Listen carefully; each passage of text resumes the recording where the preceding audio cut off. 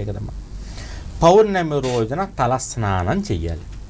అంటే తలస్నానం చేయకుండా ఉండకూడదు అని అర్థం. పౌర్ణమి రోజున ఇష్టదేవత ఆరాధన చెయ్యాలి. కులదేవతకి నమస్కారం చేసుకోవాలి. యథార్థానికి కులదేవత ఆరాధన అమావాస్య పౌర్ణమి నిత్యము చేసుకోవాలి.